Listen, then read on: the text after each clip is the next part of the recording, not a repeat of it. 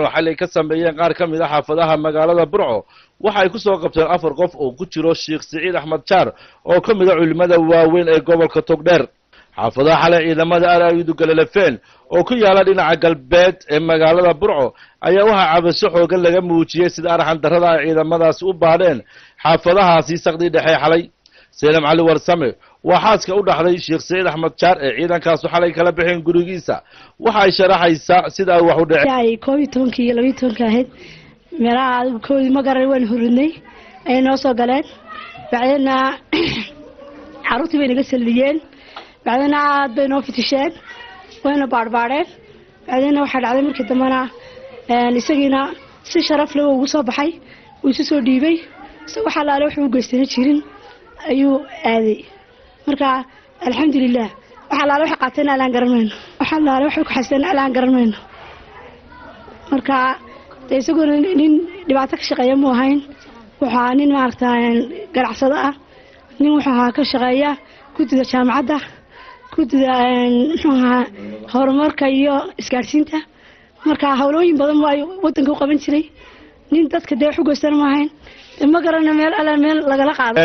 inta Maxamed Maxamuud waxa ay ka mid tahay dadka xaafadahooda ay baareen ciidamada aaraayadu isla markaana ay ka kaxaysteen 3 wiil oo dhalinyaro oo ay dhashay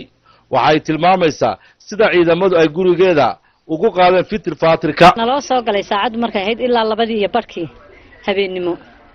ayay noo soo galeen marka albaabada way soo wada jabiyeen waa wada jabiyeen oo waa kuwa aad arkaysaan اللهم صل على محمد waxa kale oo gurigii way wada fitasheen weydinka arkaya ee halka aad aragteen wixii ka dhacay jabiyeen oo waa kaas wada jaban yahay waxa banamay weydin guriga way galeen markay galaleefeen kadibna mad yar yar oo kureey oo aan waaweynay oo joogtay dibadda iga wada dareeriyeen intay ku xidhxidheen ka teenado markay ku xidhxidheen dabeed annaga intayadii dumar ahayd oo joogta ayay guriga markaas soo galeen wada baadheen meeshay allaali meeshay doonaan qabteen 3 bay ka haysteen imka mid 14 jir yahay iyo mid 16 jir iyo mid 18 jir lacag baa jirta iyaduna in 2 baasaboor way qaateen taysarooyin way qaateen mobile way qaateen laptop way qaateen 2 saacadood iyo siyaado taliyaha qaybta booliska ee gobolka Togdheer Axmed Cabdiraxmaan Xasan ayaa warbaahinta u xaqiijiyay in hawlgalka xalay lagu soo qabtay 4 qof waan ogaan doonaa hadii ay raali ka noqdo laakiin anagu wax dhibaato ma ogin dad la qabtay baa jira dadka la qabtay waa dad la tuusan yihiin bay noqonayaan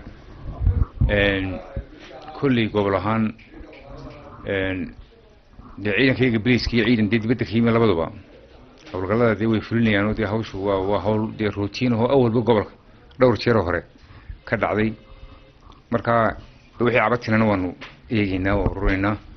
wixii qasaarana waan eegaynaa iyagana oo ruureynaa